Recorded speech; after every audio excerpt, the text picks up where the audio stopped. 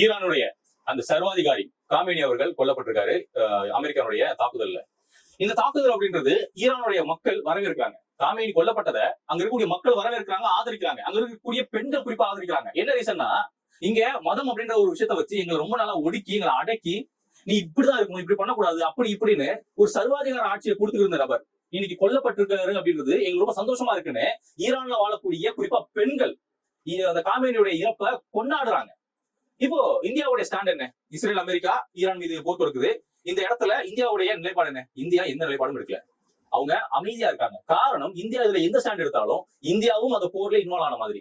அப்ப India involve ஆயிட்டாங்க அப்படின்னா ஆல்ரெடி இந்தியாவுல பொருளாதாரம் அப்படின்றது, அந்த விலைவாசி அப்படின்றது ஒவ்வொரு நாளும் ஏறிக்கிட்டே போகுது. குறிப்பா பெட்ரோல் விலை, தங்கம்லாம் ஒரு காலத்துல எப்படி இருந்து இப்ப என்ன ரேட்டு போயிட்டு நம்ம எல்லாம் நல்லா தெரியும்ல. அப்போ இங்க விலைவாசி உயர்வுன்றது ஏற்படும், மக்கள் பிரச்சனை, மக்களுடைய அடிப்படை வாழ்க்கை அப்படின்றது ஒரு பாதிப்புக்குள்ளாகும் அப்படின்றத இந்தியா மிக தெளிவா உணர்ந்து அவங்க எந்த ஸ்டாண்டும் எடுக்காம அமைதியா இருக்காங்க. இது உண்மைக்குமே ஒரு சாணக்கியத்தனம் தான். ஆனா இங்க தமிழ்நாட்டுல பல்வேறு பிரச்சனைகள் இருந்துகிட்டு இருக்கு. இந்த பல்வேறு பிரச்சனைகளை பத்தி பேசாத இங்க இருக்கக்கூடிய திமுக கைகூலிகள், இங்க இருக்கக்கூடிய இஸ்லாமிய இயக்கங்கள், இங்க இருக்கக்கூடிய அந்த பிற்போக்குவாதிகள், அவங்க முற்போக்குவாதிகள்லாம் இல்ல, தனி முற்போக்கு அப்படின்ற ஒரு இடத்த சொல்லிக்கிட்டு பிற்போக்குத்தனமா சிந்திக்கக்கூடிய சில கூட்டங்கள் என்ன பண்றாங்க, இன்னைக்கு அமெரிக்க தூதரகத்தை நாங்க எதிர்க்கிறோம், முற்றுகையிடுறோம் அப்படின்னு ஒரு போராட்டத்தை ஒண்ணு நடத்துறாங்க. நடத்தக்கூடிய போராட்டத்துல இஸ்லாமிய இயக்கங்கள் எல்லாரும் ஒண்ணு சேர்ந்து கலந்துக்கிறாங்க. இதுல திருமாவர்களும் கலந்துக்கிறாரு. இப்போ எல்லாரும் கலந்துட்டு என்ன சொல்றாங்கன்னா, காமினி அவர்கள் வந்து எப்பேற்பட்ட தலைவர் தெரியுமா? உலக அளவுல இஸ்லாமியர்கள் வந்து ஒற்றுமையா இருக்கும்னு நினைச்சாரு, இஸ்லாமியர்களோட பாதுகாவலரா இருந்தாரு. அப்ப இன்னைக்கு பாருங்க அவர் கொண்டுட்டாங்க. இது வந்து நம்ம கண்டிக்கத்தக்கது. இப்ப பாரத பிரதமர் யாரு? திருமா சொல்றாரு, இந்திய பிரதமர் பாரத பிரதமர் அப்படின்னு திருமா சொல்லிட்டு இருக்காரு. பிரதமர் வந்து உடனே தலையிட்டு இதுல வந்து ஒரு முடிவு எடுக்கணும். என்ன முடிவு எடுக்கணும்? ஏன் ஸ்டாலின் எழுத சொல்லுங்க, லெட்டர் எழுத சொல்லுங்க.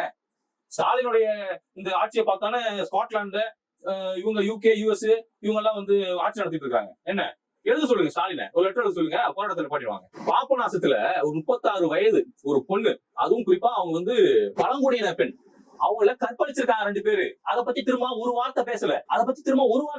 ஒரு பட்டியலத்தி சம்பந்தப்பட்ட ஒரு பையனை 600 அறுத்து நெஞ்சில ட்ரில்லிங் மிஷினை போட்டு இறக்கி அவனை கொடூரமா கொலை பண்ணிருக்காங்க. நம்ம சக்கரபாணி அவர்களுடைய தொகுதியில் நடந்தது. அவர்தான் காரணம் உள்ள வர விரும்பல. அது கண்டிப்பா காவல்துறை என்னன்னு விசாரிப்பாங்க.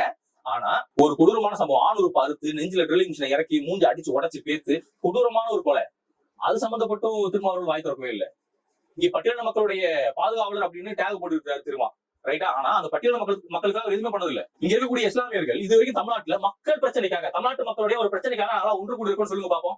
ஒண்ணு செஞ்சிருக்க மாட்டீங்க.